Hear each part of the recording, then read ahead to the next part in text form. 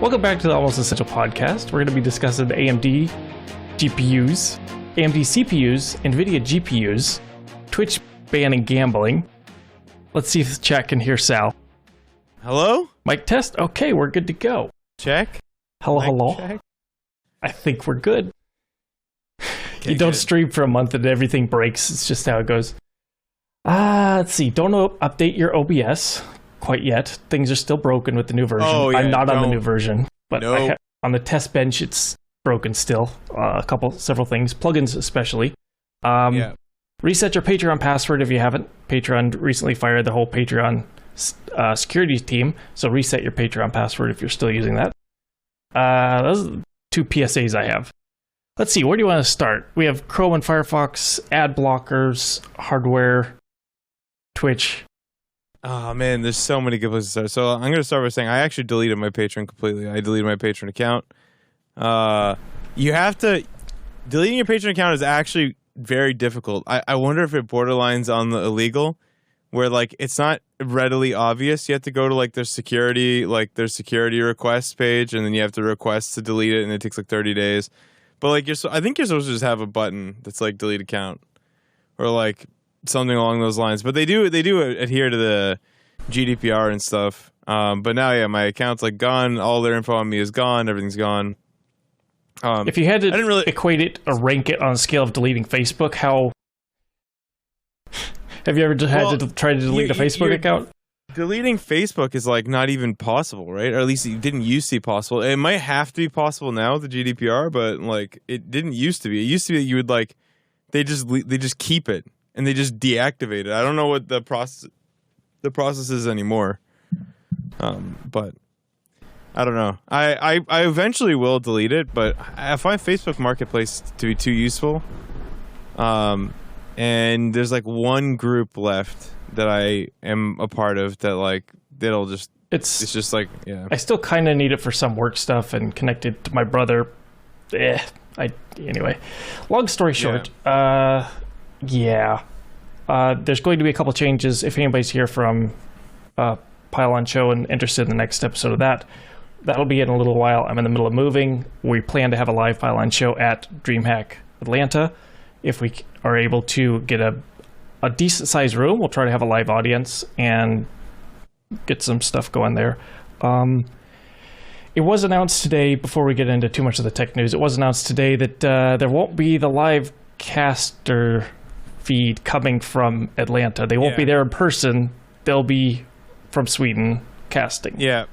They're going to be flying all your favorite casters over to Stockholm, Sweden, very far from DreamHack Atlanta, where they will be served a clean feed, commentate, and that commentary will be bounced back over to your sorry ass in the DreamHack Atlanta Stadium, where you will watch Cyril win 10 seconds after he stands up and goes, "I won."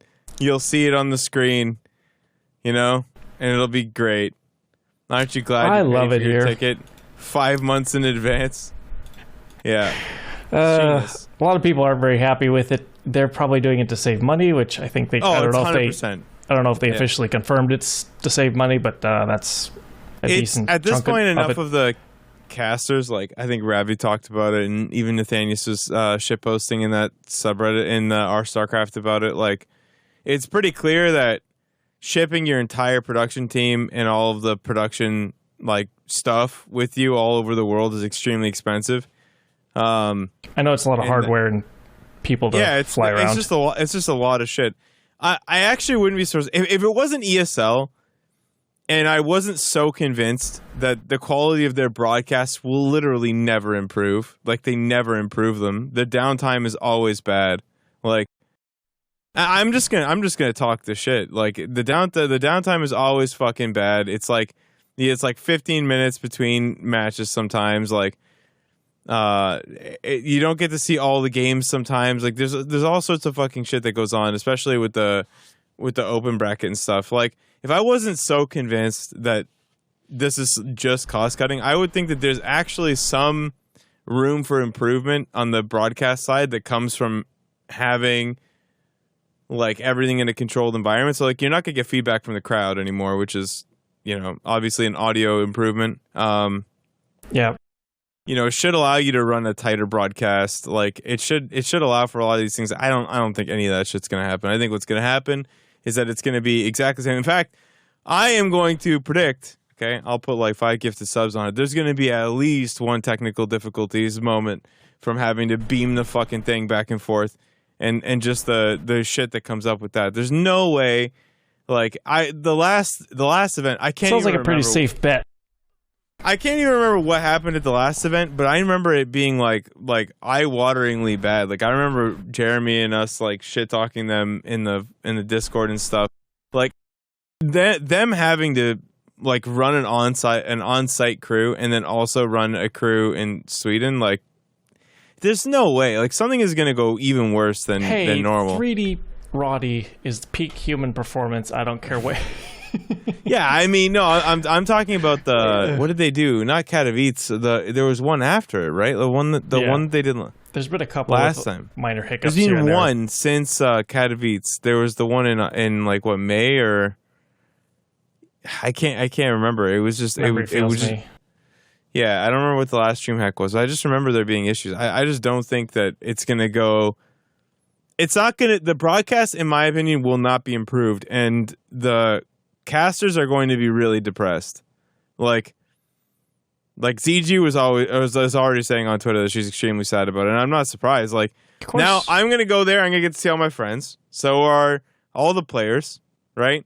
Yeah, and people are driving all up the from fans, Florida, like, people are flying down from North Carolina, South Carolina. If you're a fan going to New York, Pennsylvania, I know a bunch of my friends are going to be there, and it's going to be a good time with them, but like not being able to see like a bunch of the casters there. For the fans, it's going to be 99% the same. It's just going to be, there's going to be some technical hiccups. Obviously, Roddy's not going to be there. ZG's not going to be there. You're going to have like 6 or 7 casters not there. But like at the end of the day, when you're sitting in the stands, the players are going to be there. The host is going to be there. Like it's going to be pretty much the same. Okay. As much as I know the casters, like the atmosphere is a big deal.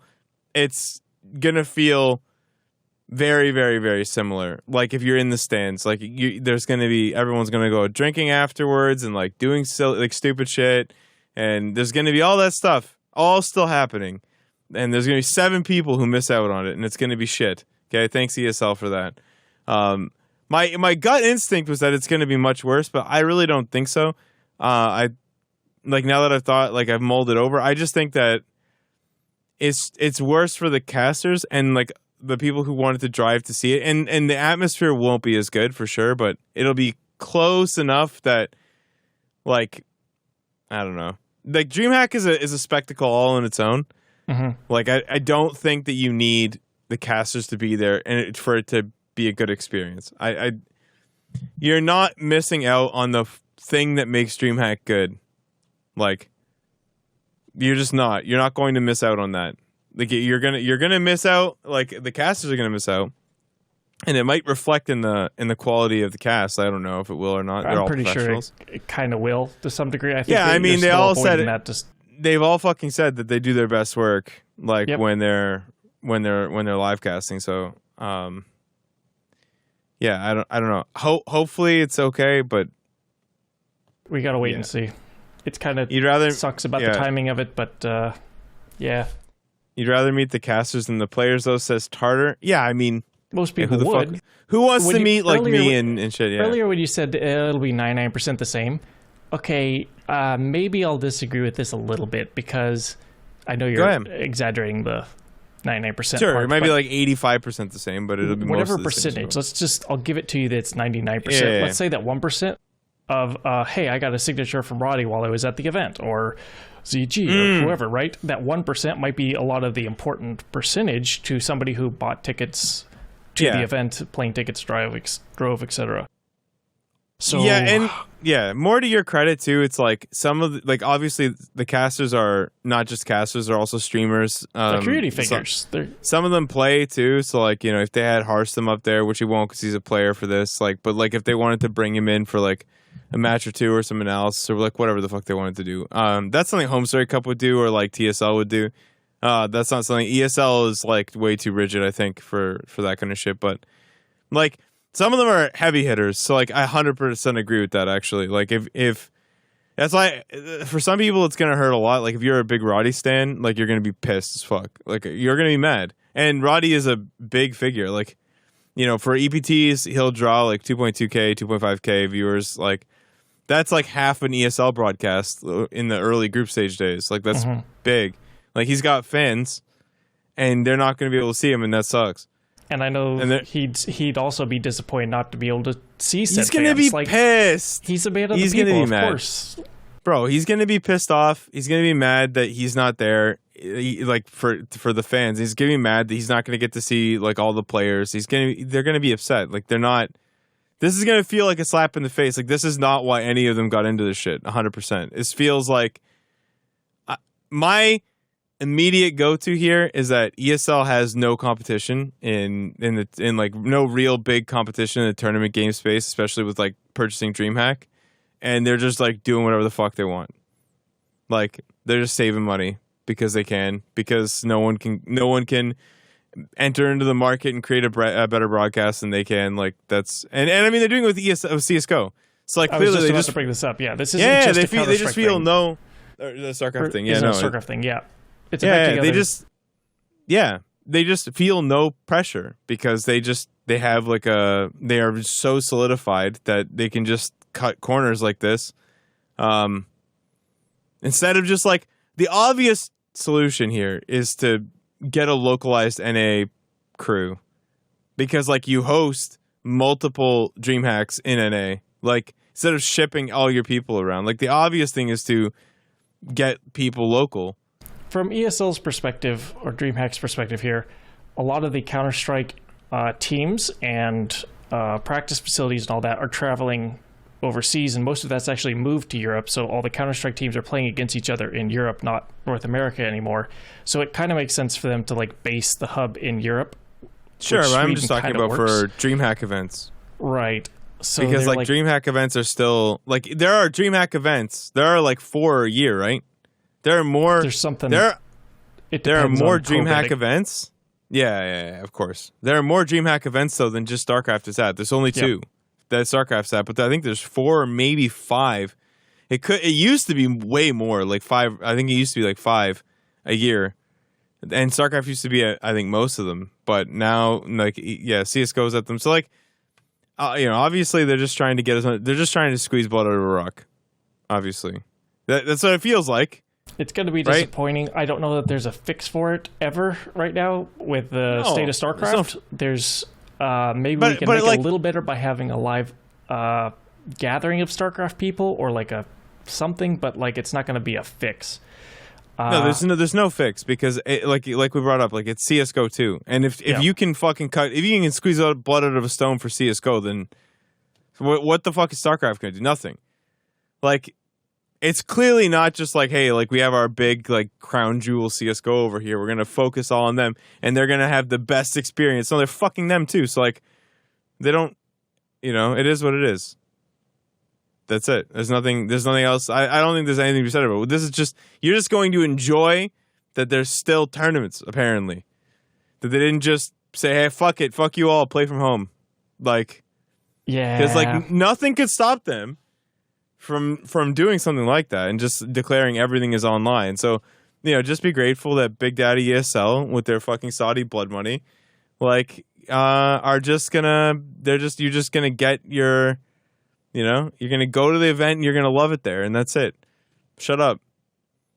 Like, I don't know. Like, I don't think there's any other way to look at it. Like, they don't care. They couldn't. Well, there's some people that I can't say they. It kind of feels like an organization made this decision, but I can't shoot everybody, all the messengers. Like there's several people there that I know that are disappointed about this. They sold it. Yeah. Well. So I don't care. They sold it. Okay, and that's what happens when you sell your fucking baby. All right, they're just gonna take everything. I don't know that. Like. I don't know that selling would have, or not selling would have magically made enough money for this not to occur. There's a definite argument that it. Well, then don't buy fucking DreamHack. Like, just go to the event. Don't fucking buy the whole thing and then be like, you know what? This nice, big, fat stadium we just rented and like bought the company that runs it. Fuck it. Like, why? It was perfectly good for 10 years. And then they had to be like, you know what? We should just buy them.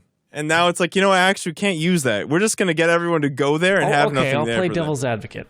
If the StarCraft community didn't get so up in arms about crypto sponsorship, maybe we'd have the money to fly the whole staff over. Okay. Well, you mean I'm trying. The StarCraft community was like, bro, don't try to sell me NFTs, you fucking dirtbags. Like, this is all a scam. And they're like, whoa, we need that scam money to pay the bills. Okay? This is not an official statement. I'm just trying to play devil's advocate, okay? I don't fucking care. I care for you, okay? If you told me to stop, I would never burn your bridges for you, but I don't give a fuck. Refund my ticket. It's not like there's casters at the event. I'll just watch it at home like everyone else. Like, I don't know. There's going to be friends that live at the venue, and I've already made plans, and like... That's it. That's the only reason. No. I don't know. Like... So how is it possible? BlizzCon? I wasn't planning on going to the next BlizzCon whenever it's announced. The people are going to make it what it's going to be, and that's fine as long as most people are there. Like, but like, how is TSL going to outdo you, bro? How is fucking Homestory Cup going to outdo you? Like, you own the circuit. Like, not anymore, but we'll see. Fuck, you do 2 events a year. You outsource everything offline. Can't you just get the 2 events right? Just get them right. It's just 2. It's not like fucking 4 or 10. I don't know. It seems so ridiculous to me. But I mean, I'm not the one with the number crunching, man. I guess like if it's die or keep the casters in Sweden, like all right, I guess we were casting from Sweden. But I don't believe that shit. I don't think that's it. I think I just saw it's so unpopular. Like they even put it in just like one line and like a 3rd paragraph down, and like kind of tried to like pretend like it wasn't really a big deal. It's like, boys, you know it's a big deal. You know, address it. Be straight up. Tell us the truth. How bad's the pocketbook looking? Are we worried? You know, Saudi's not give you enough. What is it? What would he? I'm gonna go too deep into this if I go too much longer. But like, hey, if we crowdfunded that amount, but like there's there's like a level of like, hey, this is business. And the more I get into like business stuff, it's like, okay, there's a certain level of transparency that you can't tell your customers because then it harms like trying to actually negotiate ad deals, blah, blah, blah, blah. Oh, so, like, sure. Okay. It's a bigger problem somewhere up the chain, and it can be somebody at some point could point to, oh, if StarCraft wasn't dead, then we'd have the money to do it. But it's not just SC. Yeah, I know. If it was just SC, like if it was just StarCraft, they'd have the ultimate out. Your game is dead. Shut the fuck up. You know, and I'd be like, bro, true. That's so true. That's so fucking true. Right? That's why Take does a fundraiser and in 30 minutes pays for the next event by himself. He's done like this the for how many years? Chad that he is. Fucking still working, so like this Chad is just like, hey guys, listen, community. Okay, got to pay for the next event. They're like, "Let's we got you, go!" And they pay for it right there. Yeah, you know. And ESL's like, man, DreamHack is the new can't do it. BlizzCon, but then we got killed off before it ever happened. So DreamHack is the new BlizzCon. Okay. Well, I mean, like I said, like I talk all this shit, but what'll be realistically, stateside soon, TM? Come on, hit me up. I'll help you. Realistically, it is going to be very similar. I can't, you know, the last couple of DreamHacks I went to, like you see the casters for like 3 seconds, and I know that seems like a lot, but not a lot, or like whatever it is that you may think about that, but like they're super busy, they're running around, they're not talking to you. Like the players, they got more time, but the casters, like they're constantly running back and forth, like they got to go to bed because they're super tired. They've done like 13-hour days, like. Of all the people that are missing that you probably won't actually notice, the casters are the number one. Yeah, usually casters are the first ones to go head to the hotel because they got to be up bright and early the next morning, blah, blah, blah. You might see them Sunday night when half the people have decided to fly home because they've got shit on Monday. Or if you arrive the day before, you might see them around the venue somewhere like that. But anyway. Yeah, it is the most likely you're going to get to it being okay. And like again, if it's a choice between like them putting everything offline and just saying fuck it, and like, you know, and putting the casters in like Sweden, like, okay, I'll take, obviously, like, it sucks for the casters, but send them to Sweden. Like offline events are fantastic. They're great for players, and you know, I'm very grateful, and I hope that people go. And if there's anyone who watches my stream, I hope you pop up and say what's up. You know, but that's like, you know, it's all shit. It's just all garbage. Like I just feels bad. I understand exactly why people are upset. I think it's completely warranted. I think if you bought a ticket and they announced this shit in like paragraph 4, like I'd be so mad. If I would refund if I wasn't insistent on going to this stupid thing. But I already bought plane tickets, so if you're in that boat, then you should be furious. Yeah, I've already put down money for a place to stay during it. I know other people have. But, anyway, we're technically a tech news podcast of some type, but since most of our community does care about StarCraft, and I don't know that we could mention it on Pylon Show anytime soon, because we are a little bit on hiatus for that, but it'll come back at some point soon. Figured we'd open and mention it here, because it's kind of like an elephant in the room that I feel like kind of needs to be discussed, but there's nothing really you can change to do about it, but oh well. The topics. Let's go over the Firefox Chrome real quick, and then we'll get into the hardware. Sound good? I think the perfect segue. Segues. From ESL. Look, I'm Linusing it up. The perfect segue from ESL, nickel and diming the casters to Stockholm is Twitch, nickel and diming their top 150 creators. Okay, let's do this. Or like top 200 creators. Okay, I have a take. I've mentioned my take. If you watch my stream, I have given my take on this, okay? If you're in the YouTube VOD and you made it to me ranting about ESL, my take is simple. This is the biggest L I think Twitch has ever taken in the history of Ls, in the history of all of Twitch's takes. This is their largest L. It is tattooed in purple. That putrid fucking purple that they use for their branding, okay? That neon-ass purple, it is tattooed on their forehead. This is a massive L. Like, I can't see how you see it any other way. There is no world where that L isn't, like, actually just their face at this point. You can't look at that and say, this is a W. No, it's clearly an L, okay? If I were blind, I could point at how bright the space is. And the, like Neo in the Matrix, I would see the big purple L just burned into what would be my eyes, because I'm not supposed to be able to see shit. It is a massive L. Why is it an L? So, Twitch announced that if you have a 70-30 split, okay, a premium subscription, which they do not give out anymore. You cannot have a premium sub split any longer, okay? It used to be if you had more than 500 subs, non-prime, non-gifted, you could negotiate for the 70-30 split. But then they decided we're not doing that anymore. There are graphs showing how it used to be 20% of partners. Now it's like 13%, and it's going to keep going down because there are constantly more partners and less people to split. Okay. This is a very small fraction of people that this contract is not given out anymore, and they're constantly shaving away at the people who have this contract. So it's not even all of them that lose the split. So I have a 70-30 split. I managed to get in before they started doing the check for non-gifted, non-prime. I had 5 to 800 subs for like 3 months in a row or something like that. And they gave me my split.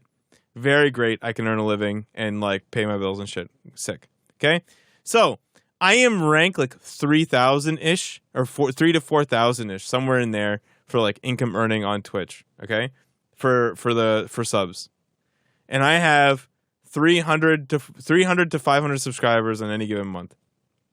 In order to be affected, where you will lose your 70-30 split, you need to earn 100K USD a year on just subs. No, I can disclose it. Everybody can disclose it now. They made it public. It's all over. The jig is up. So anyway, you need 100K USD just from subscriptions a year in order to actually lose your 70-30 split. And it only counts for what you make more than 70-30. You go back to a 50-50 split. So the first $100,000, you get to keep your 70-30 split. And then after that then you 50-50. Fall back down. Okay. This is not for bits or cheers. In order to fucking have that happen to you, you must have 2,350 or so subs, something along those lines. Okay, you're talking about the top 500 creators. Now, though that's like, again, that's like the current thing. Like those people are going to be hovering around. So it's probably around the top 400 creators. And then the top 100, if they are usually in the top 100, they will actually have manually negotiated ad deals and sub deals. They probably will have a 50-50 split. They'll give up their 70-30, but they have things like accelerated ad rates. They have stuff like they get paid monthly instead to roll a certain number of ads. They're contractually obligated, and they make way fucking more money than they would on subs. Like they'll give up the 70-30 any day. So like it really affects like rank 400 to rank 100 in there. Okay, so you're taking 300 people, okay, and you're basically taking from them like 30% of their revenue above like the 100K. Now, that might seem like super crazy, but I can't imagine that's more than $10 million a year. So you just said to your top creators, the people who have like more than 40% of the viewership on Twitch, fuck you guys. Okay? Fuck you guys. We're taking 30% of your money. Get fucked. That's it. And all of these people, every one of them have active YouTube accounts. All of them. They're not like me, where I'm like struggling to grow my YouTube account and stuff while I'm being a streamer, and I can't do content creation properly because I'm trying to grow my stream at the same time. No. They're up near the top of YouTube. They're on the top of YouTube too. As well, yeah. So YouTube offers a 70-30 split. So they just paid, they just gained $10 million, but they're going to lose the favor of all of the people who have the vast majority of their viewership. Dude, so many of them have already said they're going to start streaming on YouTube. This is like a huge fucking problem for Twitch. This is on the tail end of months and months of we've seen Fusely, Sykuno, like streamer after streamer moving from organizations like Offline TV, OTK, other ones over to YouTube. And dude, Ninja literally, nothing is more telling than Ninja actually giving up any level of monetization on Twitch. Anything. No affiliate. This is actually worth bringing up. So Ninja 100%. announced that he is now not affiliated on Twitch, and he's live streaming on Instagram, TikTok, Facebook, all the platforms together all at once. He has grown his viewership by 75%. Mm-hmm. So he gave up monetization on Twitch. Literally nothing. No sub button, nothing. He just has a tip button. And he's grown his viewership, like, in spite of it. He is not going to be the only one. Like, he's not going to be the only one. You know, I'm amazed that Twitch has not figured out yet. They have not sorted out the fact that you never want to cut from the actual side that makes you money. Like, Twitch, to my understanding, is that Twitch is a notoriously bloated company as far as personnel is concerned. Like, except why would you support staff? Apparently, I mean, the places where it fucking matters. Obviously, okay. They're obviously short. So then, devil's advocate. Okay, maybe this fixing the ad revenue problem, bringing everybody over to doing a new type of split. Technically, you can make the argument that the top 500 that this is affecting will receive more net income. Oh yeah, but that's ads. not. But the thing is that they've lost. Like, I'll just stop you there, because like I know what you're saying, and like that's actually the rationale that Twitch actually fucking tried to use.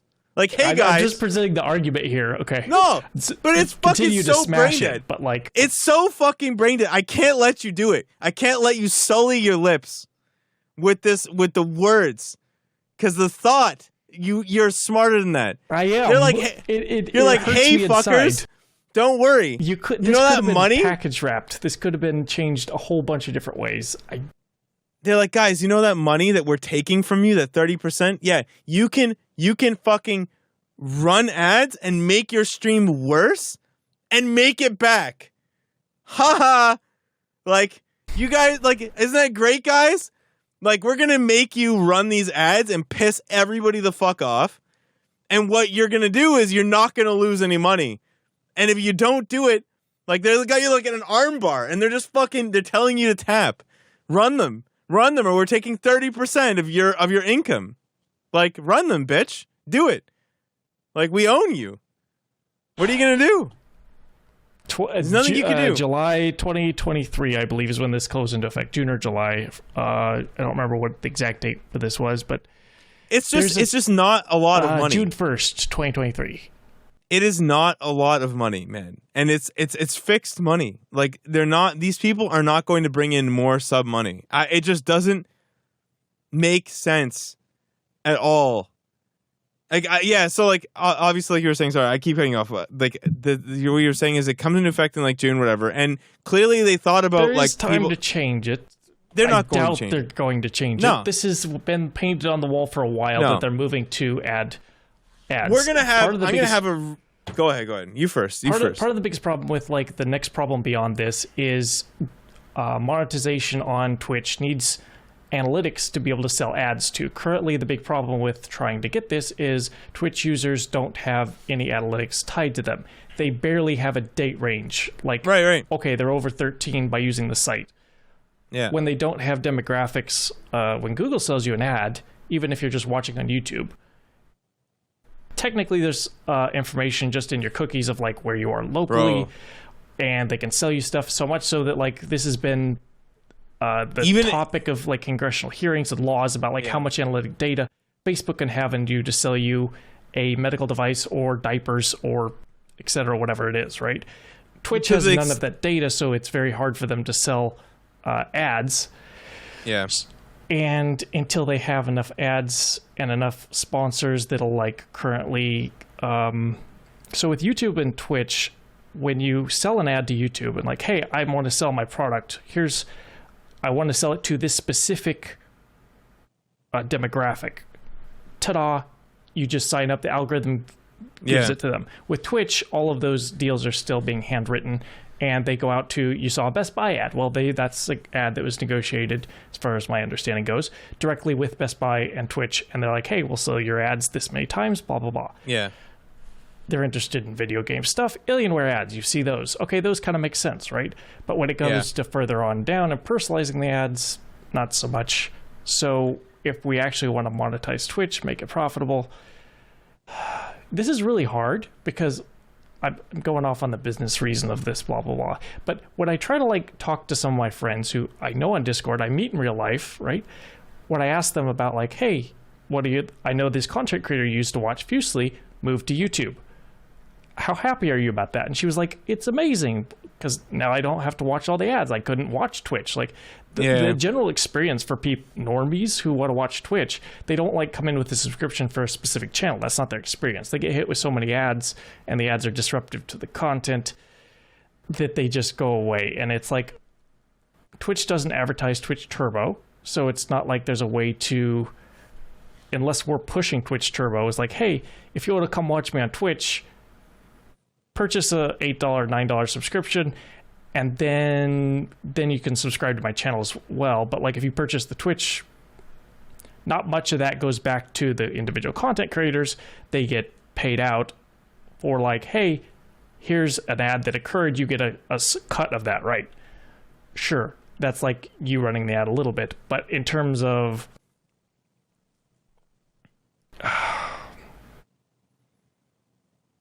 it's such a weird experience for the user to actually try to be able to understand what's happening on Twitch.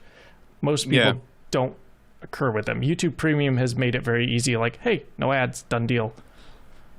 Yeah, and YouTube's so gargantuan too. Like I was gonna say, YouTube with the ad stuff, like, they don't even need other websites. I'm convinced that everyone uses YouTube to such an extent, especially even as, like, a search engine, that, like, they could sell you ads very accurately based on what you've watched probably that day.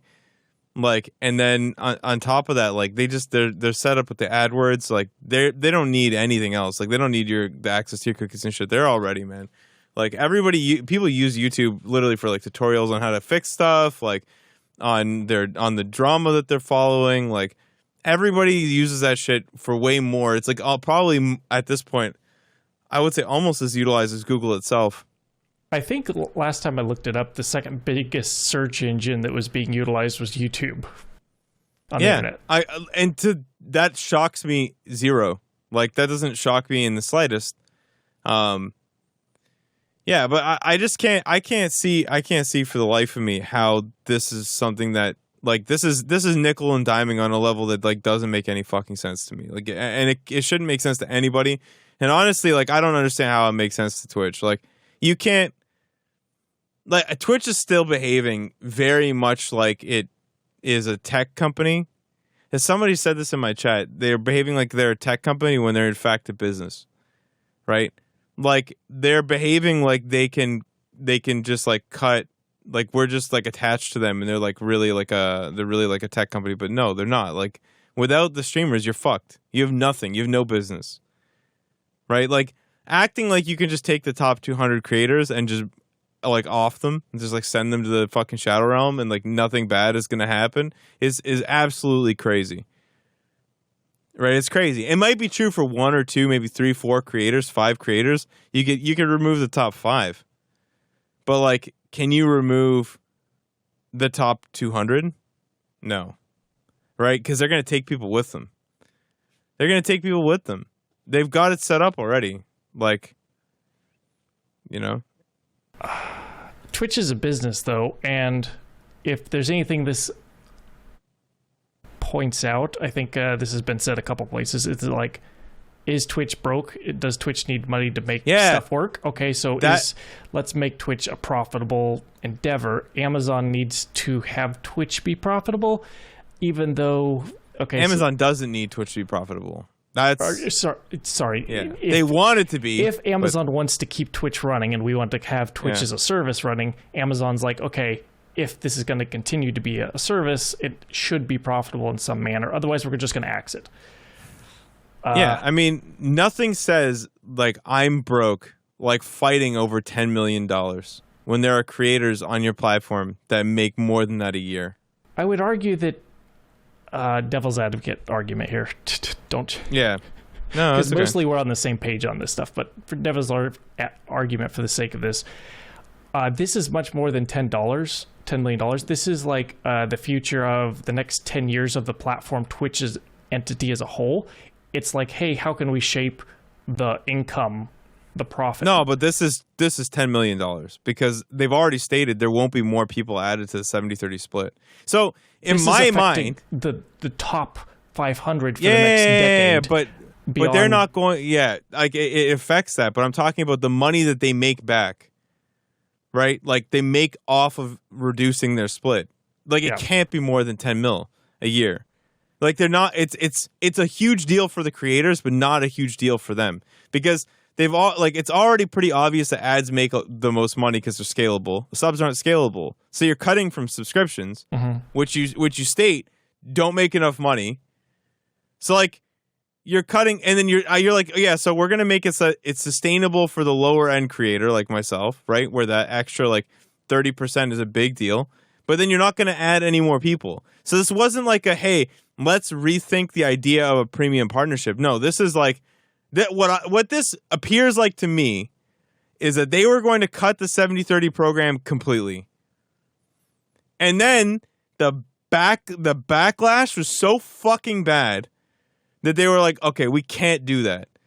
We can't. We need some positive way to spin this that isn't going to break our checkbook. So what we're going to do is we're only going to cut the rich people and their 70-30 split.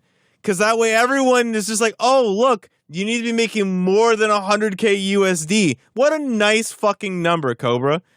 What a sick number to pick. 100K USD? What a nice 6-figure fucking digit. They knew exactly what they were fucking doing. They took as little as they could, right? They're just nickel and diming. Like, you can't tell me that those people are making enough money beyond 100K a year for you to take it and make substantial money back. It's never going to scale. It'll be fixed. They will get that money, right? And that's it.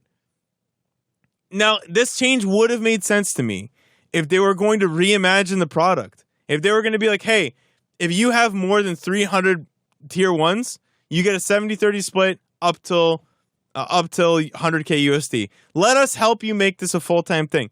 Then absolutely nobody would have said shit. The rich people would have shut the fuck up because they don't want to act like they're gatekeeping people out of being full-time streamers, right? No, they just unilaterally fucked people over and were like, hey, small fries, you're never getting 70-30 either. Sucks that you weren't grandfathered in, bitch. You know, your time is worth less than everyone else who's trying to do the same thing. If you get 2,000 subscribers, I still have a better sub split than you. Why? I was here first. Get fucked.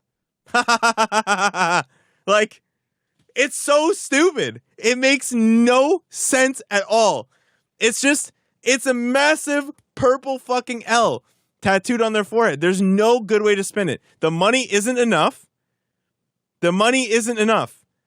It seems to me like someone higher up said, hey, we got to get rid of the 70-30 split. We're losing too much money across the board. And then the backlash hit, and some other person was like, okay, we need to spin this in a positive way. How do we do that? And then they didn't talk about it, and then this came out, and that guy was like, holy shit, like, we're not making our money back. And now, like, everyone hates us. So, like, we lost. We just took the L. Okay, they were supposed two things. To start with, I don't know that it was a smart business decision for Twitch way back when to be like, hey, you have the most viewers on our platform. Pick one of the top 5 people that's been the top 5 on Twitch. Doesn't matter. Insert streamer name here. A lot of people watch him versus like 4 people that are his fans that like stream on the platform. They're both streaming 1080p content. One takes a lot more cost in terms of bandwidth to host all that data going to and from. The cost of that data, I don't know that the ratio of like, hey, 70-30 for like a streamer that streams a lot of data to a lot of different people necessarily ever should have been the case if it didn't make sense back then. Like, if the business doesn't make sense, shut it down. They have the worst cut of every single financial option out of any creator website that is popular. They're worse than YouTube, worse than OnlyFans, worse than Patreon. Dude, they're taking as much as they humanly can from streamers. So, like, in order to fix this, how do you go to Twitch users and be like, hey, we need to be able to collect the data from you to sell you like only half the ads, but make like double the money from the ads. But that's not enough. But you need to give me all these demographics. That's stuff. Only one part of the problem. The demographics issue is only one part. No, that doesn't make sense. They have one. They're Amazon.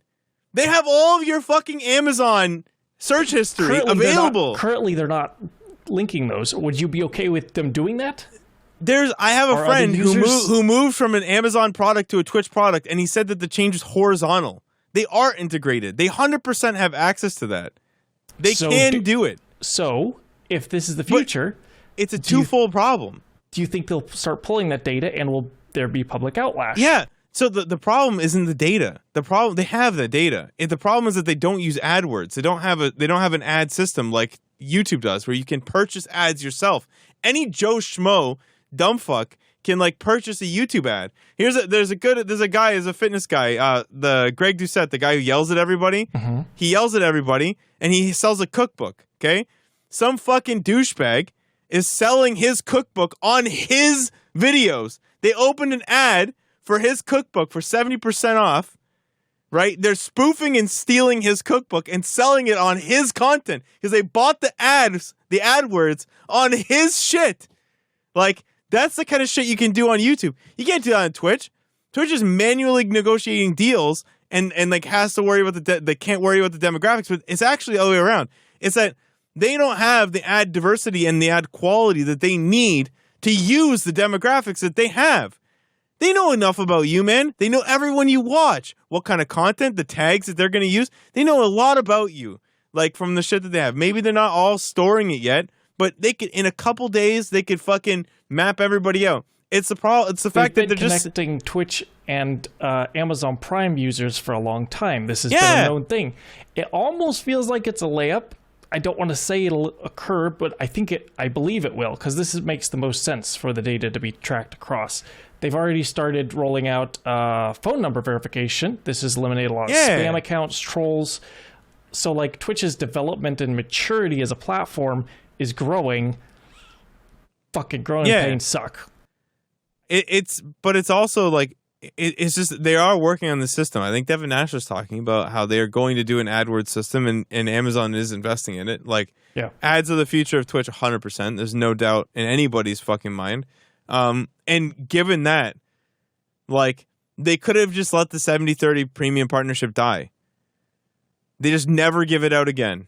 That's it. Never give it out again. Never speak about it again. Never nothing. That would have been infinitely greater a W than this bullshit Making was. An Because announcement about it? Because the thing is that the announcement and just like I said, the ads wherever? are imagining that the ads scale, right? Mm-hmm. Eventually, you will earn what we're about to get hit with an ad. Eventually, your ad revenue will scale so high that 10 mil is going to be nothing to them. It's going to be a balance sheet. This is the point I was trying to point to earlier, but it's a long time. Right. So like it's get eventually once the ads become populous enough and you make them valuable to the streamer, you know, this sub-split shit is going to be a drop in a drop in the bucket. Well, won't be a drop in the bucket is if you shoot yourself in the face with a big enough 12 gauge before you get to that point where you can pay off. Because there's only so much bullshit that the people who have an out are going to take. I have no choice. I can talk all this shit in the world, but for now I'm stuck here and they know it. Right? And I respect that. You know what? I know I'm biting the hand that feeds, but I'm also so small they can't tell. I'm just a minnow in an ocean. Hey, I know that. If they do cut you off. Yeah, I mean, but the thing is that these people like that they're oh, thank you. Okay, now I get to leave early. These people that they're pissing off, man, they got an out. Yeah. They got a fucking out. That's why it doesn't make any sense to me. Like, sure, the money might suck for now, but like, is it enough? Like, can they still make a decent living on YouTube? Probably. Will people follow them? Yeah, because those people are the ones with the actual... They're actually large enough to make a difference. The viewership that with the clout, like, they're not landlocked to Twitch.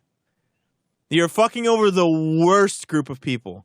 Sure, they have a lot of money. Sure, they're making probably 300, 400, 500K a year with, like, tips and, like, subs and all that shit together. Do I feel that bad for them financially? They're going to be just fucking fine. But it's not about the finances. And that's what they don't get, right? It's like Ludwig. Why did Ludwig leave? Because he got fucking slapped too hard. And he had too much money that slap was worth more than the money was, right? There's at some point, there's an amount that you can disrespect me, that you can put $1 million on the table, you know, if I will let you teabag me in real life. And I'll say, fuck you. I don't care. I'll earn it some other way. Like, there is an amount of bullshit that is too much Everybody bullshit. has a line. Everyone's got a line, you know? And it's one thing if, like, there was nowhere else to go and you'd have to quit and become, like, a fucking burger flipper. And, like, that was your life. And before you were driving a fucking Ferrari. And so there's, like, no way you're ever going to do that drop. Fuck it. I'm just going to, like, I'm going to just teabag me, Twitch. Do it. I'm ready. You know? They're just going to sit there. But they're not going to, it's not going to happen. Because these people have an out. And even if they're making $500K a year instead of a mil, like, at least they're doing it on their own fucking terms. Yeah. Speaking half of which, offline TV. Yeah, I mean, like, of course it's going to happen. Of course. And they can't, you can't, there's been several clips circulating from a guy named XQC, some people know of him, where he's, like, literally talking about the Hassan Piker, who also streams on Twitch, and, like, the difference of their contracts, and being like, Hassan didn't have to take the ad deal, and technically he's not running enough ads. Like, if he ran one more ad, he only runs 60 seconds. But if he, like, did away with this system and, like, ran 3 ads, then he would make way more money than his 70-30 split. If he went to a 50-50 split and ran ads, he would make way more money already. Like, this is already kind of there to some degree. And XQC has had clips where he's talking about, like, okay, Twitch banned me. I'll just go to YouTube. Like there's several streamers that are, like, willing and ready and just waiting for the contract to go out. He has like 50K average concurrence. Those fuckers will follow him. Yeah. Like, the timing of this is all weird where they announced this right when the middle of the gambling thing. We're like, hey, we're banning gambling, and I almost want to think that like somebody at the background was like, hey, we got a bunch of bad news out there already. We'll just slip this in, and most people are too busy yelling about bans and Miskiff and all these other streamers. They did it the wrong way. And like, we'll slip they should have announced the 70-30 first, and then and then a week later did the Gamba thing. They did it the wrong way. Nobody cares. The Gamba thing is a fucking joke. Like, there's the one that everyone uses is a US version. It's a complete PR stunt. Like, gambling is still going to be a thing, especially with sports betting and all that stuff. This is just like, hey, this was a PR move to be like, hey, we'll ban certain gambling stuff. How far just they take it could be good. Mate, there's gambling on Twitch with channel points, okay? They're never getting rid of gambling. It's part of US culture. They will never fucking remove it. People gamble over everything. Want to bet is the first fucking thing you say when you think you're right. The stake.com meme has been around for fucking forever at this point on Twitch already. Everyone wants to act like they're all fucking anti-gambling and shit. No, they're anti people getting fucking like scammed where they think they're gonna win because their favorite streamers like win all the time, but they got like bullshit rates and stuff. Like, it needs to be transparent. Banning it isn't gonna solve fuck all. It's not. Like, the scam shit needs to go 100%. Not all of gambling is banned, to be clear. They were very. No, it's not. But that's what I'm saying. The what they left open is the same. Is like there's a legal version for every single one of these people who do the gambling shit to do on a US based site. None of them are gonna sink. This isn't a W at all. It just looks like it. And you wanna know why it looks like it's super hard? Because mainstream media is fucking brain dead. Okay, because they all announced, oh my god, like gambling is fucking banned. No, it's not. That's like 3 times in like the last 3 pieces of Twitch news. Every mainstream outlet has just run with it like a bunch of fucking apes. It's like they can't even read the. They can't even read. It says either licensed in the U.S. or other jurisdictions. Like, they're giving themselves tons of leeway to be able to only ban some stuff but not ban other stuff. I can't even read. I'm actually like I have dominated this conversation so hard because I've got all this mauled pent up inside me that I've just like tried so hard not to take out on the Twitch chatters, and then now that I got a real person who wants to sit here and listen to it, I'm just fucking going off. I feel really bad, but like at the same time, fuck these people, man. I just need it to survive long enough that I have enough YouTube streams under my belt that like I can seamlessly transition over. Speaking of which, fuck me. YouTube might be the place where this content itself is streamed next instead of Twitch, because it kind of makes sense to do it from our perspective a little bit more over there. Is that you said you were trying to remove and Almost Essential? I don't know how far we'll get with that. I've got an ad starting in 10 seconds, so good luck, have fun with that. When you come back... So are you stuck with auto ads right now? Is that... Yeah, for now. You can't turn it off? Or It's just auto going. Yep. Are you partnered on this channel? No? No, it's only affiliate.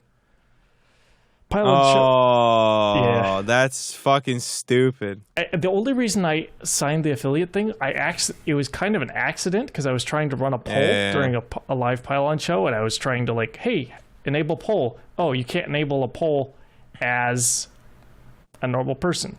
You have to be an affiliate to use a poll feature. Okay. I think it makes sense then to just start an Almost Essential podcast Twitch and then just stream to that. Segment it off, and then because I think most people that are even in here are here because I either tweeted it or you tweeted it or Discord. So like, I don't think it's gonna be. It's not gonna change. We have 11 viewers. Like most people who see it might be in VOD or whatever. So it's kind of the way it is. Yeah, if it prevents you from dual streaming, just dual stream it. Like put it on fucking everything. Like I think it's better to do that. Makes sense to just start our own anyway. There's also, as soon as we have it unaffiliated, and for the rest of the... So this goes for Almost Essential Podcast, you and whoever... Oh, ad's almost over. Okay. Welcome back, everybody. Hello. PSA update for Almost Essential Podcast and the Pylon Show. In the future, the goal is, and currently, as I know it to be, anybody can co-stream all of this content, meaning next time in the future, wherever you happen to be streaming, if the Almost Essential podcast is live on YouTube or Twitch or wherever it happens to be, there'll be a feed for you that actually, the last link I sent you in Discord, you could just grab that, put it into your OBS, and you'd stream it. And then you'd have the live feed there. So anybody that comes on Pylon Show in the future, guests, hosts, they can co-stream it. That's why it has its own YouTube and Pylon Show Twitch channel now. I'm kind of moving that direction. Co-streaming seems to be way better for almost everybody. If you want to be involved in the content, hey, you're on the content, you might as well enjoy a share of it. That's kind of how I see it. That's the way I'm running. Okay. Yeah, I mean...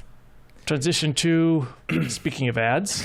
Yeah, hey, so... This is the first thing that's been like, okay, time to install Firefox on all my devices. Well, it already is, but, move over to this in the future instead of... I already use Brave. I use Brave. To certain, for certain things, but the more this is going... YouTube, hey, YouTube Premium, YouTube wants your money. If you don't want ads, purchase YouTube Premium. How are they going to stop you from running an ad blocker? Okay, they own the hardware, they own the software. Okay, now we're going to purge all ad blocker extensions. You're dependent on Chrome now. Now you can't run ad block on Chrome. Great. Well, you can run AdBlock Plus, which has a deal with Google, by the way. Yeah, but you see the point we're pushing to. It's 100%. Android devices are an extension. This will be the last time I use Chrome. Like they're touting it as a privacy move. No, privacy and security move, because I'm not 100% sure on the details. But I very briefly read the article, but it seems like there's like somewhere in there's a point where extensions can like arbitrarily decide like what code they're going to execute based on like dynamically based on like what sources are connected to or whatever, and they want to change it so that that's limited like way more. So you kind of have to know in advance like where the ads are coming from, kind of deal. It sort of seems like, but the obvious con here, like the obvious like ploy, is that you'll see more ads and YouTube will or Google will get more money. Like that's my guess is that they have enough market share on Chrome now that they're trying to pull the strong arm, right? Like that makes perfect sense. You fuckers aren't gonna leave. You haven't left forever. Like, we'll give you AdBlock Plus, and like you'll think that your ads are all gone, and it'll minimize it a bit, but it's not. Like, the trackers are still there. So, hey, I kind of get it from like some of our user base is 4 years old, and we've given them a Chromebook, and they're in public schools. They're just gonna click on the screen with anything that pops up. This is a kind of move toward like, oh, okay, let's purify or sterilize a bunch of these ads so that people like Steadfast don't click links and get their Discord account compromised. Okay, I'm sorry, Dave. That's hot. That's hot. I don't know. I mean, it's just I think it's the right time from to pull security the power move. It kind of makes sense. Windows is moving the same way. Windows is a service. Chrome is a service. Chrome OS is a service. We're going to protect all users because users can't be trusted. On the flip side of this, I see articles coming out, or like I think it was a tweet by somebody, I forgot who, but it was basically like, hey, I'm currently sitting in a weird dystopian future where my kids don't know how to operate a PC, my grandparents don't operate a PC, and I'm stuck in the middle being the only generation that knows how to use a computer. The next generation doesn't, the last generation can't. Hey, what do we do? Like, there's this weird technically skilled the smartphone generation. gen's like, not that savvy, are they? And okay, so are we going to be the only generation that knows how to use a file file browser? Explorer. Like, yeah, I don't know, man. It seems like a fucking nightmare, to be honest. Like, I don't know. With this entire change is so weird because I think the internet is like, I kind of get it. And I think, thanks. To some extent, I think Linus said that like ad block is piracy, and I think he said that because technically that's like that's the deal. We make the content, like on like YouTube or whatever. This is a reference. We make the content. You watch the ads. You don't have to pay any money, right? That's the exchange. So on some level, I understand. I get it, and I kind of agree.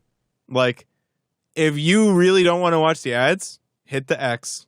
Don't watch the content, because that's what they need to pay the bills. Because if they can't pay the bills, you don't get the content, right?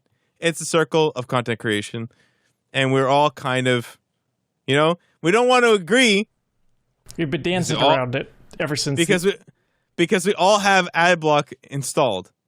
Now, the problem is, that the internet is like unusable without ad block. All right, every time I go to someone's computer who has ad block off, it's like living in like '04. Waiting for everything to fucking, like, everything buffers. It's all shit. Like, it's like a page loading is cathartic because it's like, oh my god, finally I get to read this one blurb, and then like the giant box appears with like the hey, subscribe to our shit. Like, it's no article. Like, how does anyone read articles? You have to subscribe to all these individual news sites. It's nuts. It's fucking nuts. Okay, so they deserve ad block, because instead of having a couple banner ads, they just had to go too far. Like actual fucking, like the opposite of pirates, Like they literally they built up too much police, and now like everyone is just illegally dealing in everything. Like, no one wants to fucking like do anything legally because it's too much overhead. There's too much bureaucracy. I have to cut through too much red tape. Like, I have to have 20,000 subscriptions. I'm paying my mortgage in fucking subscriptions to websites. Like, okay. Speaking of which, Netflix VPN's no longer allowed, so people are canceling Netflix services left, right, and center. They're gonna fucking pirate. And they're gonna. There's an equilibrium. 123movies.com allows me to use a VPN if I want to watch movies. There's got to be a law, like a fucking like gravity, like fucking Newton's 3 laws. There's got to be a law where eventually convenience trumps piracy. Because it's inconvenient to be a pirate, and we all agree. You need a VPN, you need to go to the Pirate Bay, you need to pray that you're not downloading something that's about to hijack your entire fucking computer, okay? And you need to pray that it's not smart enough to wait to do it 2 years from now, okay? And steal your crypto in the meantime. Yeah, there's so many, like, piracy is inconvenient. So, look at Steam. Steam is so fucking convenient. No one pirating video games. Like, who the fuck pirates video games? No one. This is why Netflix became successful to start with, is because Netflix was easier than piracy. This is what I'm saying. There comes a point where you have 20 fucking subscription services, and it's just easier to just throw your hands in the air and steal it.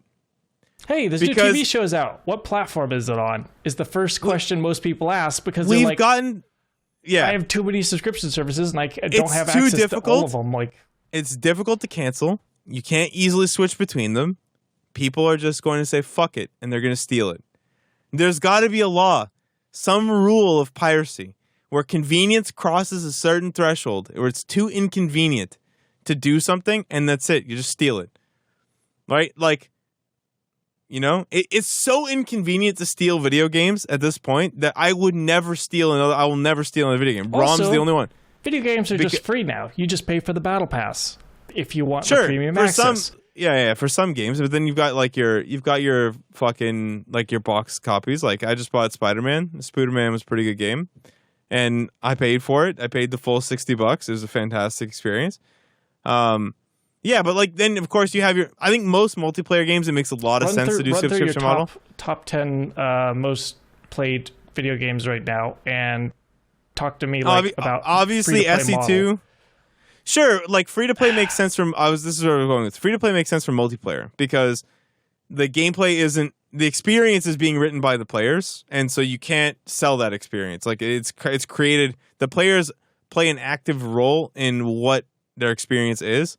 So like you kind of sell the playground and you just need to rent out the time pretty much. Like you need to be like, hey, if like, I want a copy of Metro 2094 and I want to play that single player game, it's like $30.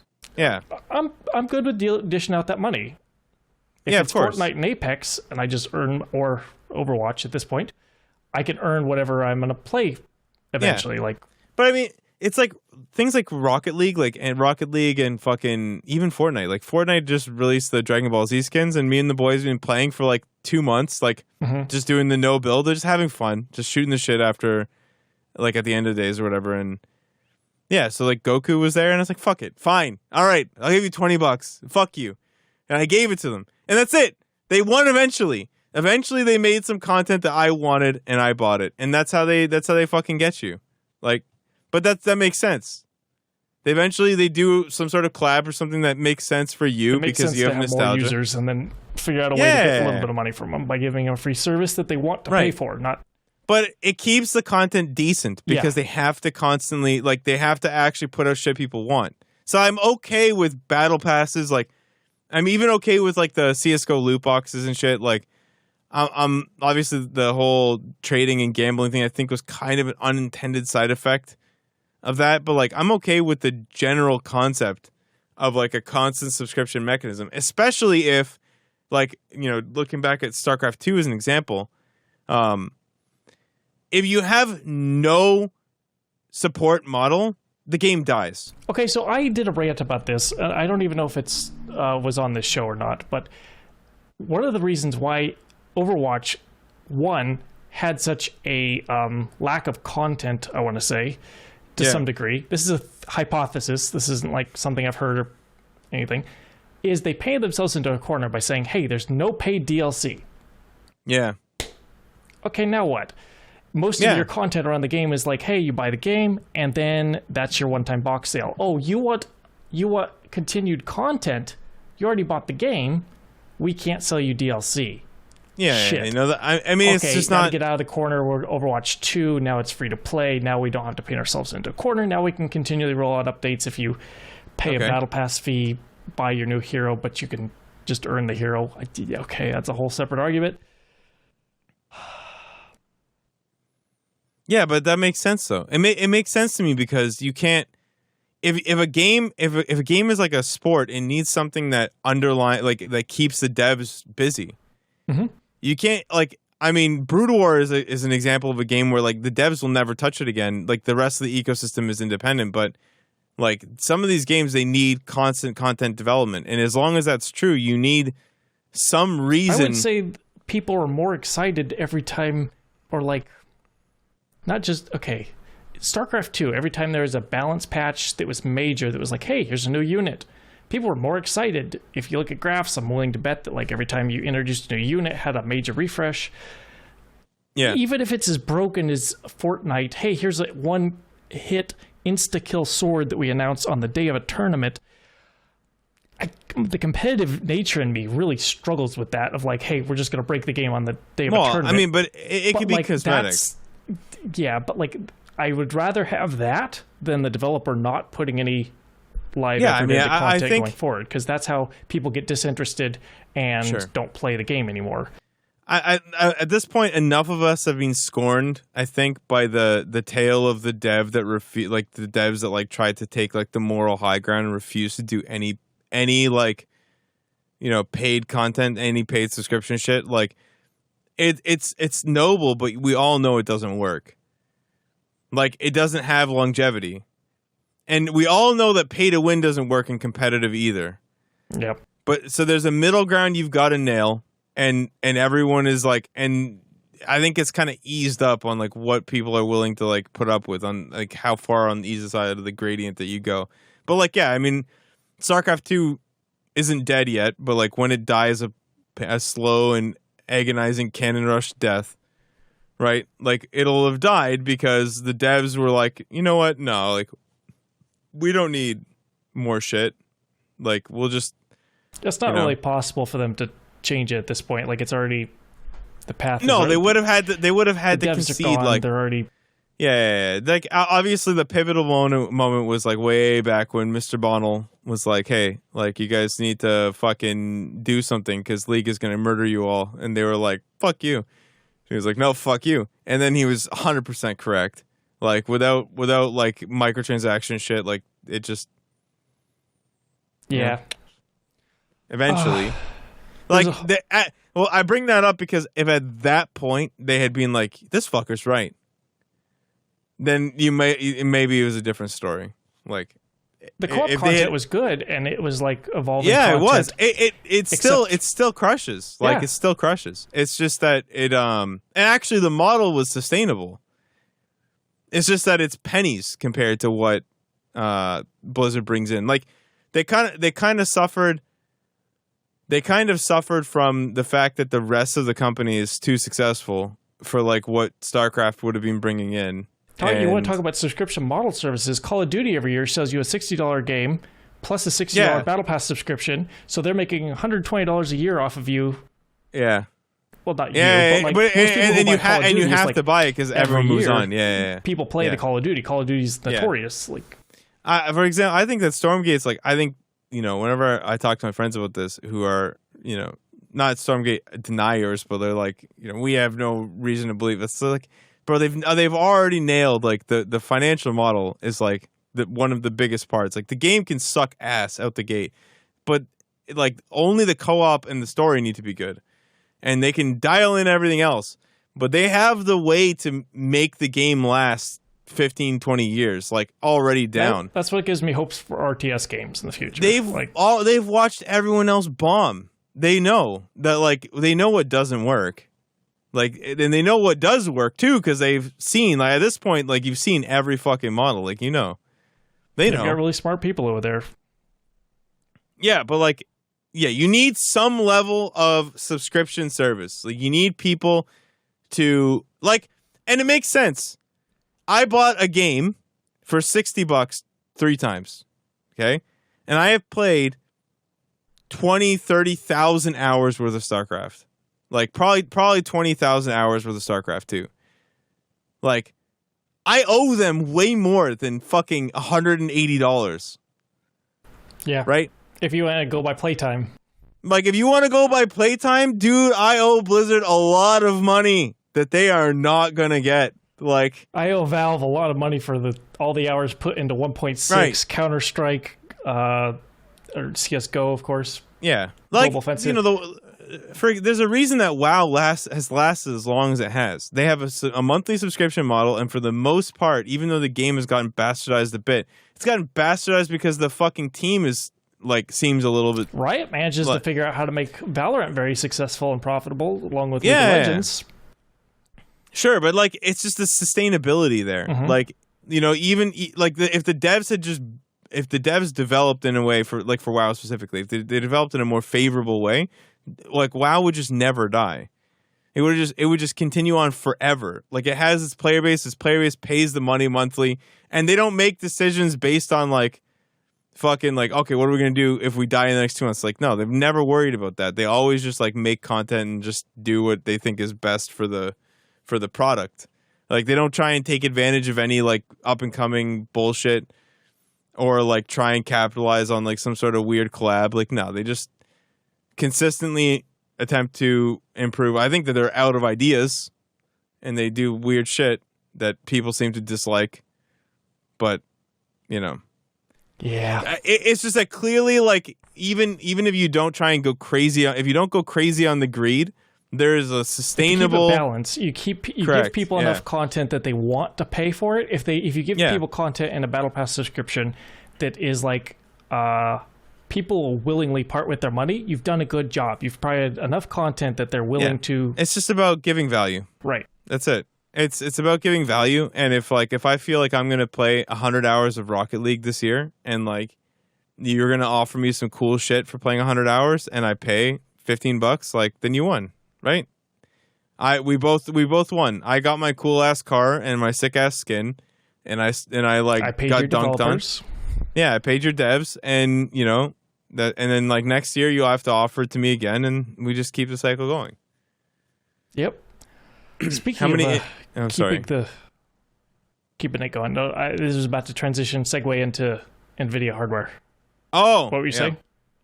I was going to answer Barrett, who asked how many in-game things have I bought on top of that $180? A couple commanders, and I bought all the war chests. But like, I mean, I also have a couple other accounts where I bought nothing, and I would have like, you know, if I went back now, like I don't use any of the skins really. I use like one, maybe two.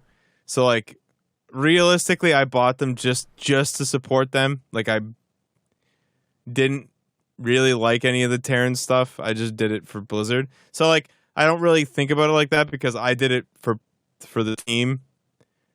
Whereas like most people won't do that. Like they'll buy it being like, "Oh man, like this skin looks like the Apple, like if Apple designed a Terran skin, like that's right. That's the that's what you want. You don't want me being like, "Hey man, I feel bad for these devs. Like we should really keep the esports scene alive. Like, let me buy their war chest and then never equip the skins." Yeah. Like that's not fair for me to be like, "Yeah, man, I bought all the war chests because they were great value." Like, no, they were pretty shit skins for the Terrans, to be honest. I wouldn't use them. Speaking of subscription service models, there's normally I don't really scroll TikTok, but somebody sent me this. Point of view, when your card gets declined for one of the $4.99 plus tax break usage fees in your BMW. Bro, that's such a top tier TikTok. Your seats. Yeah, I draw a hard line. If they try and fucking sell me a car that requires subscription, I'm buying some old beater. I'm contributing to global warming. Fuck all of you. That's it. I'm making the planet worse. I don't care. I'll die on that hill, man. Fuck you and your stupid subscription shit. BMW is a bunch of cucks. Just say, heated seats require $4.99 or like whatever the fuck they require. Get out of here, BMW. Oh, your remote start? Fuck you. Like that's a whole separate thing. We can't go that too far. If they give you the car for $0, now okay, all right. If at this point we're renting the car and I get to pay for the features, different story. This has been theorized that electric models could be this way in the future. Like you just get. Well, because they're so much fucking easier to. There's so much like nothing happens to them compared to the gas cars. So it's easy to be like, hey, here's ads. There's even like a program where you get sent a iPad tablet like device for free. And then you put it inside your Uber if you're an Uber driver, and then it plays ads and pays the driver just for having it there existing if you have a passenger in your car. We're at the weird point where this could be like that's just ad block in an Uber is one of those covers that you put on your eyes on the airplane to sleep. Yeah. Okay. No, I mean, all it takes is like one disruptive player. Like it doesn't. Either that or people just stick with their gas cars or whatever. Yeah. Like there'll be like a huge market for mechanics and shit. It'll kind of like some players will try it. Like BMW is going to try it. And there's a reason that like BMW, I think BMW's owned, who are they owned by? Who the fuck owns them? Daimler, Chrysler. Is it? Think? There's a reason that they do this shit with the upper end cars first. Because they know the rich fucks who buy them will fucking pay the subscription fees, right? Like, even if it's unpopular, they want, like, the newest whatever. So, like, they'll do it. But, like, they're not going to put that shit in a Model 3. Like, because they know that the people who buy that will just not buy a fucking Model 3. If they're going to have to deal with the monthly fucking payments for subscriptions and shit beyond just the cost of the car. It doesn't, like, I don't think that it's going to last. I mean, it might. It might. But then at some point, it's like, do you own anything? And I think the U.S. is very big on ownership, so I highly doubt that... There's a lot of American freedom, don't touch my car, I get to go wherever I want, whenever I want type of thing that'll be around for quite a while.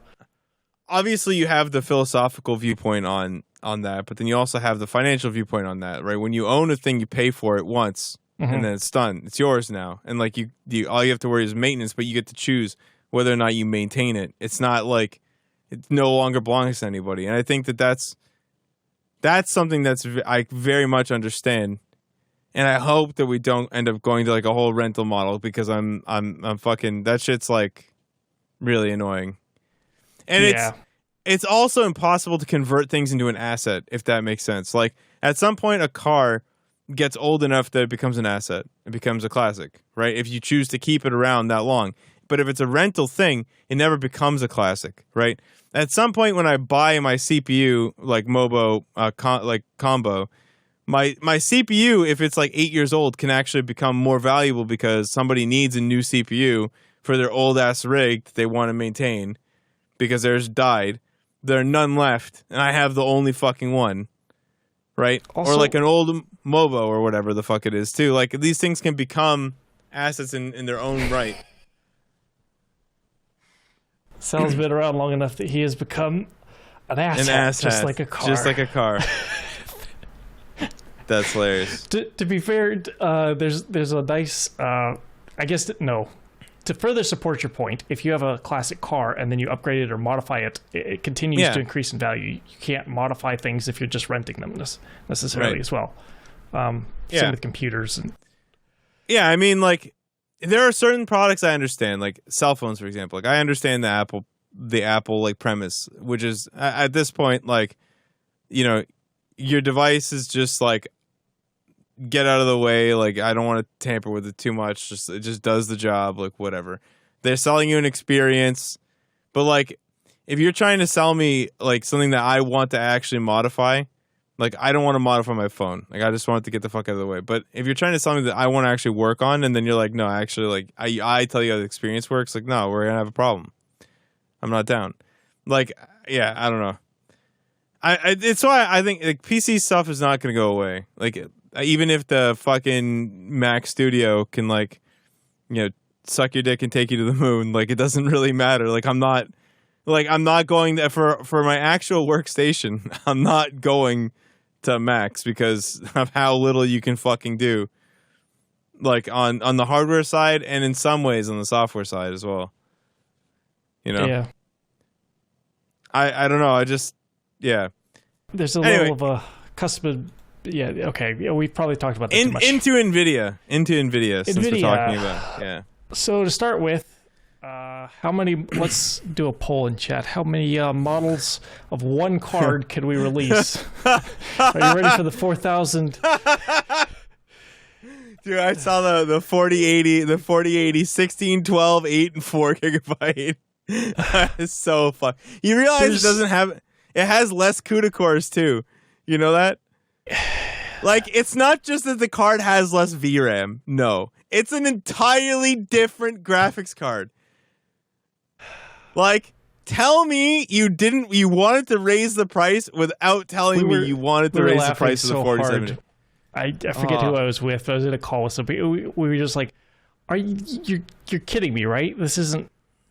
Bro, Nvidia's lost the plot. There's 17 models of this? Nvidia's lost the plot.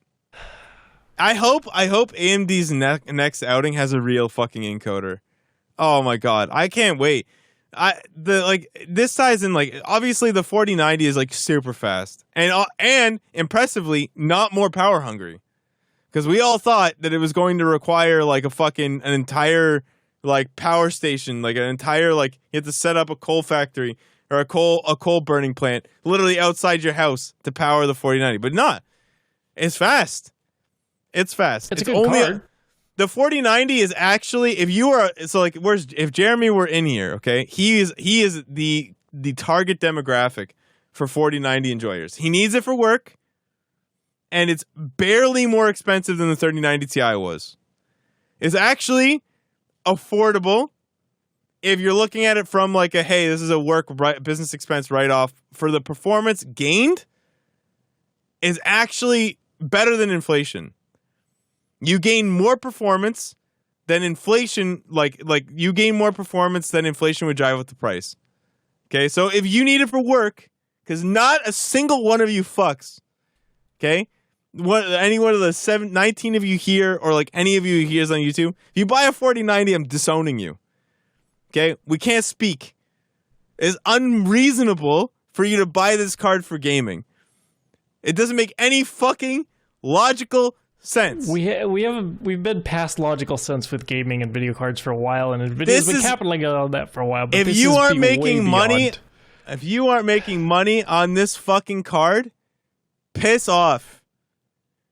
There is absolutely no reason to own this motherfucker, this chunk, this 4-slot GPU. You need a case for the card. Like, there's no reason in the world I have an that you can give external me. power supply Okay. enclosure that I plug my GPU and a power supply into. This is just dual power supply fucking rig going. But like, yeah. you know, Ravi would buy this to piss me off. I'll unfriend you on Facebook. Like, fuck off. I don't want to talk to you. It's just not worth it. It's not worth it. There's no reason. It's super overkill. Now, the 4080, what did it jump up? The 12 gig or what's the upper tier? Like the 14 gig? There's a 8, 12, 16, I think it is. Let's see.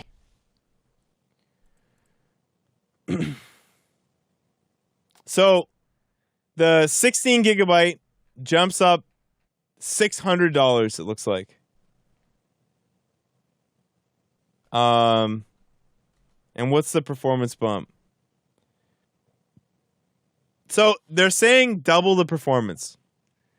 However, the 12 gigabyte 4080 is very similar in performance to the 4080 16 gig and also almost twice as good. So basically, the meme here is that it's really the 4070. But like, you know, we got to put a bigger number on it.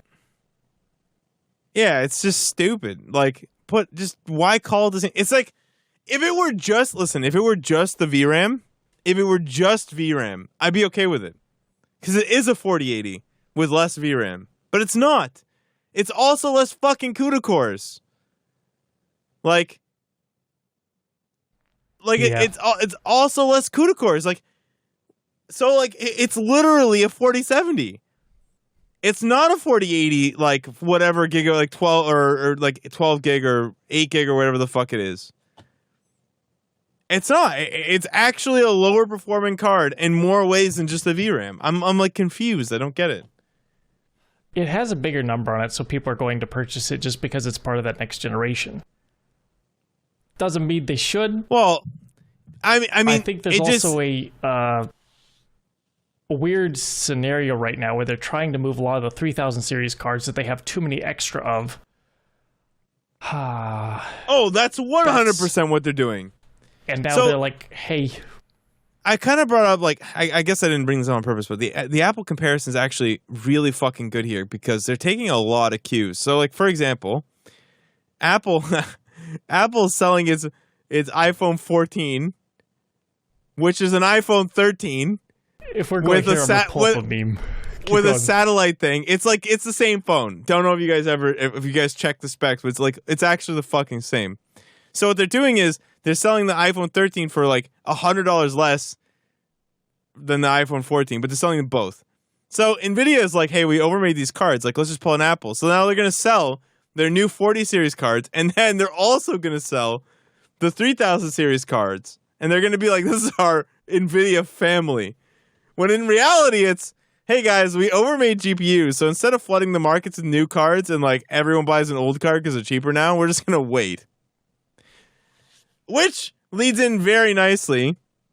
I just want to point out that Steve Jobs' daughter was making fun of the 1314, me upgrading from iPhone 13 to 14. And it's the guy holding absolutely the same based. exact shirt. And I was laughing so hard at this absolutely earlier this based. So this leads well into EVGA unpartnering from Nvidia, right? Because like you can tell that Nvidia does not treat their partners well. I think Linus had the really good way of explaining how Nvidia treats the entire ecosystem around them as like leeches. You know, like board partners are leeches. The media are leeches. Like they don't want the media running stories that are like accurate to like the cards or whatever, and whatnot. They want the just like fluff service like all the time. There was one other party as well, but really the board partners is the big one where like the margins. Yeah, so they kind of behaved a lot in my mind to like what Amazon does with Amazon Basics, where like if you do too well on Amazon, it actually ends up being your downfall because Amazon will actually create your product and then sell it. Well, Nvidia has board partners that are supposed to make Nvidia GPUs. Mm-hmm. But now Nvidia is also producing its own GPUs. And they're making the Founders Editions at a certain price point that makes it almost impossible. They simply can. So the MSRP that they offer, so what people should sell their 40 series cards for, is a price that only they could possibly hit by having everything together and like not having to pay all of the like the brokerage stuff, like, you know, from parts coming here, parts coming there, sourcing everything. Like they have the ability to basically set what things are going to cost. And because of that, they're the only ones that can hit the MSRP. Everyone else sells $100, $200, $300, $400 over MSRP. And they kind of are getting away with some of it to some degree because there's been a shortage of GPUs, but now we're in an era where Bitcoin mining is on its deathbed in theory. But or crypto mining in general. Well, Ethereum mining is dead, right? Yeah, I think that swapped over. It's proof of stake. Yeah, so, it finally actually happened after years and years. Yeah. One nice thing is that AMD's GPU encoder is now getting built into more devices. Well, they added B frames. Yeah. B frames. So like now the encoding quality has gone up. And I hope that their encoder on their next cards is actually comparable. I think we stand a really good chance living in an era where OBS has actually adopted the encoder. It still has a lot of bugs to work out, and it'll be a while before it's mature, but hardware devices are having the decoder in it, which means that in the future, Twitch services like Twitch will be able to squeeze much more out of the signal that they push if there's an AMD encoder available on both ends. And we're actually seeing this pushed into mobile devices, which is a large chunk of the market for both YouTube and Twitch. Yeah. So we're making progress on that, but it feels very slow. I don't know. Is there anything else on Nvidia you have? I know we're running a little bit long today. I mean, yeah, Nvidia is like... I mean, Nvidia's going to do what they're going to do. I can't buy an EVGA card in the future. But yeah, I mean, they really must have fucking done one to them because EVGA is giving up 80% of their business on the back of fuck you guys. The quote from their spokesperson or CEO or whoever said it was like, this wasn't a hard decision. Living with Nvidia for the past several years and working with them has been the hard part. This is the easy part of moving away, which says a lot. There's motive and incentives for all these people to start using Nvidia or AMD's decoders, so this will be something we'll keep an eye on. Speaking of AMD, sure. We got some new CPUs on the horizon. This is a big one, actually. The reviews for this are very interesting. And what I have come to understand is that the 7000 series is good at the high end and bad in the low end. And the reason that it's bad isn't because it doesn't dumpster everything on the market. The 7600X like mops the floor with the 12900K in gaming. Like, it's very good. I would actually saying mop the floor is kind of unfair. It ties or slightly edges out the 12900KS in most situations. So it is a better single-threaded chip in most ways than the best that Intel has to offer. And that's their entry-level chip. Now,